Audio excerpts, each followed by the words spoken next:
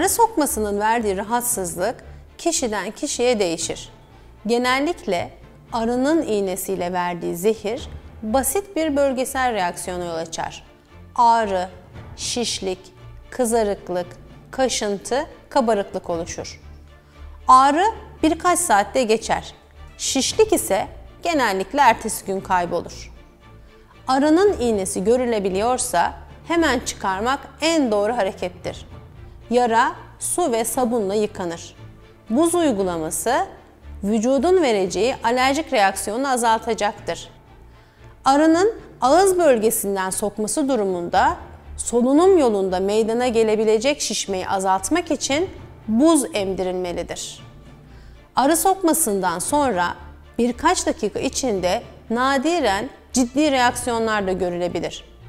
Vücudun farklı yerlerinde döküntü, kızarıklık, şişlikler olabilir.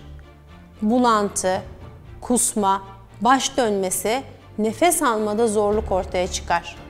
Kan basıncının düşmesiyle kişi şok tablosuna girer. Bu durum acildir ve derhal tıbbi yardım istenmelidir. Böyle hastalar arı alerjisi olduğunu gösteren kartlarını ve ilaçlarını her an yanlarında bulundurmalıdır. Yaz ayları yaklaşırken arı sokması ile karşılaşmamak için bazı tedbirler alabilirsiniz. Mesela yakınınızda arı yuvası varsa bir ilaçlama şirketinden profesyonel yardım alın. Yuvayı yakmayın, tazikli su sıkmayın. Çöp kovalarının kapaklarını kapalı tutun.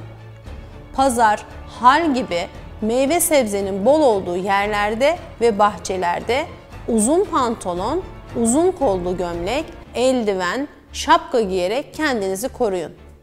Unutmayın, çiçek desenli, parlak renkli giysiler arıları çeker. Çiçek ve meyve kokularını andıran parfümler kullanmayın. Arı korkarsa sokar. Ani hareketler yapmayın. Arının bulunduğu yerden yavaşça uzaklaşın. Arabanıza arı girdiyse kenara çekip pencereleri açın ve çıkmasını bekleyin. Akrep ve yılan sokmalarında zehrin yayılmasını yavaşlatmak gerekir. Hastanın hareket etmesi zehrin yayılımını hızlandırır. Bu nedenle sokulan bölge hareket ettirilmez. Yara bölgesine buz uygulanır ve derhal tıbbi yardım istenir. Sokulan yer kol veya bacakta ise yaralı bölgenin üst kısmına kan dolaşımını engellemeyecek sıkılıkta bandaj yapılmalıdır. Sağlık görevlileri ulaşana kadar hastayı yatar pozisyonda tutmak gerekir.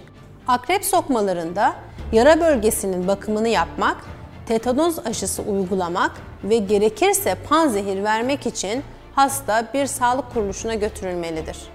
Yılan sokmalarında şişme olacağından yüzük, bilezik gibi eşyalar çıkarılır. Yara bölgesi kesilmez ve emilmez. Yarayı emmek, emen kişiye de zarar verebilir. Haftaya görüşmek üzere.